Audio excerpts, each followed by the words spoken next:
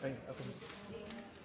For the students, kids can upload their photos and drawings for their creations. They can also take advantage of preloaded project templates for classroom lessons. So, TikTok Digital Library contains lots of ideas to get kids inspired. So, yung TikTok naman is for kids. So, para sa students, sa mga bata, dito is sa TikTok is pwede kang mag-upload dito ng pictures mo, photos. Sabi nga dyan, ito muna is sabi nga, create a book. And then read books, may bookshop. So dito is, pwede ka ritong magbasa, mag-create ng books mo. And at the same time, pwede ka rin maglagay dito ng mga pictures. So itong close down na to is project templates for classroom lesson. So, it is contains of ideas to get kids inspired. So, di ba, may mga parents na ang ginagawa nila sa anak nila is para, meron silang pagkaabalahan yung mga anak nila is ang ginagawa nila, binibigyan nila ng gawain, like yung pag-drawing. So, since, yes, coloring book, pero hindi na siya yung kagaya ng coloring book na talagang, siya actual. Ito is, siya, naka-digital. Kasi nga, di ba, yung mga 21st century learners ngayon is more on, sila, technologies na nakatutok. So, isa daw itong tools na TikTok para ma-enhance, ma-inspire yung mga bata sa pag-drawing nila or para mas mapaganda pa yung mga activities nila. So, another is the story break. So, For the students can create storybooks, long chapter books, and poetry books with Storybird.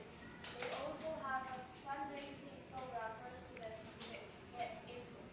This is a great way to use creativity to raise money for great causes.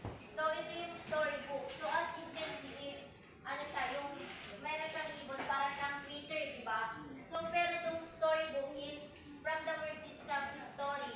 So, dito sa storybook is pwede kang gumawa ng mga stories mo. Long, short stories, poetry books, pwede kang gumawa kasi nga, storybird siya. So, dito is pwede kang mag-create ng stories mo. And at the same time, since na nakakagawa ka ng stories mo, is pwede kang magpabayad. Like for example, ngayon is sa Wattpad, before is wala silang bayad. Ngayon is yung mga authors ngayon, pag nagbasa ka is pagdating mo sa, for example, nasa chapter 21 ka na is, meron na yung bayad. Yes, diba? Meron na ngayon na nakapinuno. Kasi yung bayad na yun is doon yung mga authors, binabayaran na sila. Hindi katulad dati na yung Wattpad is nakapilang siya. Na mag-i-enjoy ka magbasa hanggang chapter 40 na walang binabayaran. Ngayon is, kagaya nga ano dyan, fundraising. Yung pera kasi na binabayad is napupunta dun sa mismong authors or dun sa mismong nasdan. Kagaya dito sa Storybird na to.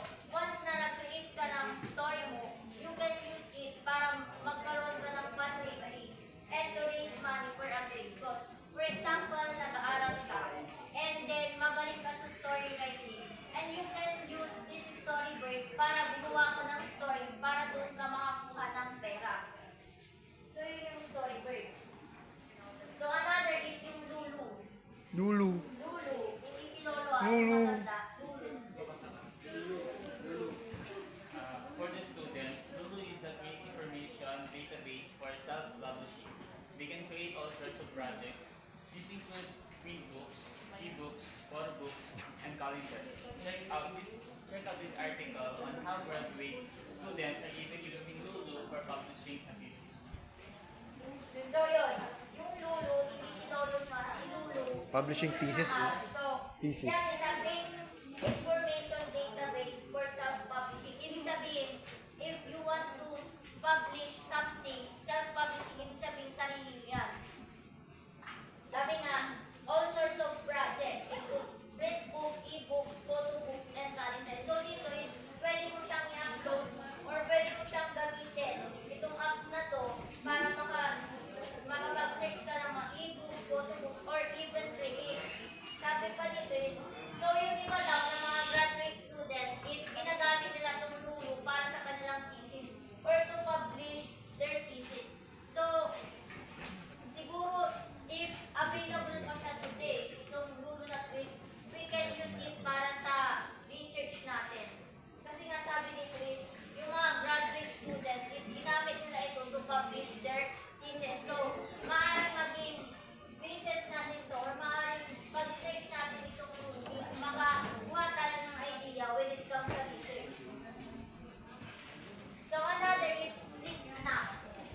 Flip Snap. Snap, Mabas. Flip Snap. For the students, this is a simple way to create and share publications that has a unique look and feel. FleetSnap lets students upload 3 publications of 15 pages each on their free plan. Paid plans are quite reasonable and offer lots more features. So itong ano naman, FlipSnap is simple way to create or share publications. Kung mahilig ka talaga sa pagsusulat or pagpapublish, is maaaring gamitin mo itong FlipSnap to publish. Sabi niya dito is, pwede daw ito sa 3 publications. So kung halimbawa marami ka nang nasulat, and then you want to publish it ng mabilisan, halimbawa naka-create ka ng tatlo na sulat or writings mo is, and then gusto mo na siyang i-publish, pwede mo siyang gamitin itong FlipSnap para ma-publish yung tatlo mong publication. At the same time, pwede mo siyang i-post, i-publish kahit na 15 pages pa siya. And wala siyang bayad. So, di ba karamihan naman kasi sa apps, meron talaga silang premium. At the same time, meron sila yung mga free apps, di ba? Pag premium kasi, meron siyang bayad talaga. Oo. And then pag premium kasi, di ba, or VIP, meron yung premium VIP is pag yung apps naka-premium siya or naka-VIP, naka-publish or naka-ano ka doon, parang Subscribe or naka-subscribe, yes, naka-subscribe ka doon is maraming features talaga ang ma-access mo. So, ganun sa FlipSnap, meron siyang free at the same time, may premium, and then meron din siya para sa a lot of features. So, yung Pinzo naman, another is Pinzo. Pinzu Apps din yan, ma'am. o apps din. Yes, ito nga dinidiscuss ko ngayon is apps. Mga apps siya. So, Pinzo. So, yung Pinzo naman is for the students with Pinzo Classroom, you can create class journals that can be graded and managed. Students can also submit diary entries by email. They can even receive comments from their teachers right inside the journal. Create and send assignments to students with due date, gradings, scheme, and more. So, di ba, nung pandemic, or nung pandemic, di ba meron tayong tinatawag na Google Classroom? Doon sa Google Classroom na is mag-upload ka ng isang activities mo, and then pag na-turn in mo na siya, meron maaaring mag-comment yung teacher sa'yo. For example, grading niya, pwede naka-private, di ba pwede yung naka-private? Private or pwede naka-open. Oo. Mababasa ng ibang kaklase mo. So parang ganito itong Penso. Penzo. So sabi niya is pwede kang mag-create dito ng journals, graded, and managed. So once na nag-upload ka dito sa Penzo, yung teacher pwede siyang mag-create at the same time pwede mo makita yun and pwede niya rin i-edit or i-manage yun. And at the same time, pwede ka rin dito mag-submit or ng diary mo through email. Di ba yung naman Google Classroom, ang ginagamit natin Gmail. talaga doon is email or Gmail, di ba? So, pwede ka rin daw maka-receive yun na. Pwede kang maka-receive ng comments regarding doon sa mga activities na in-upload mo. Once naka-upload na siya, pwede na siyang i-criticize ng teacher mo or pwede na niyang bigyan ng grades or comments yung mga yun.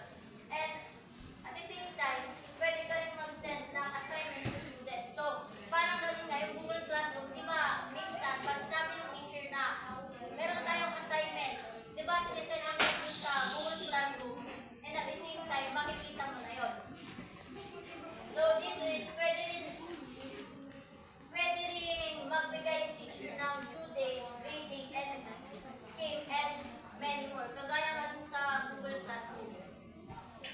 So, that's all my report. So, thank you for listening. So, summary lang. So, ito is, apps lang po itong mga discuss ko.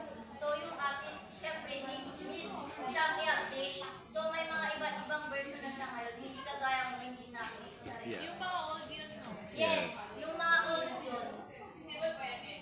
Yes, meron pa rin. Yes, meron pa rin, pero siguro na siya. Yung parang hindi na siya katulad. Nagagamit gaano. Hindi na siya, yes, hindi na siya nagagamit dati. Kasi nga, May mga bago may na. mga bago na. Kagaya yung Penso, di ba? AI, ngayon di ba yung AI? Grabe yung AI. Yung Penso is, pwede na siya, yung Google Classroom, meron na siyang kapalit.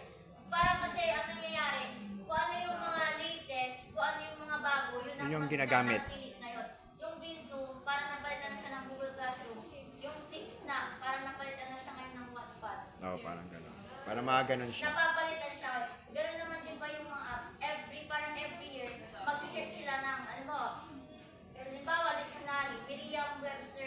ganon. 2024 updated, di ba ganon? So, ganon yung mga apps. So, yung mga sa days, visible pa rin siya, pero mas updated na siya ngayon.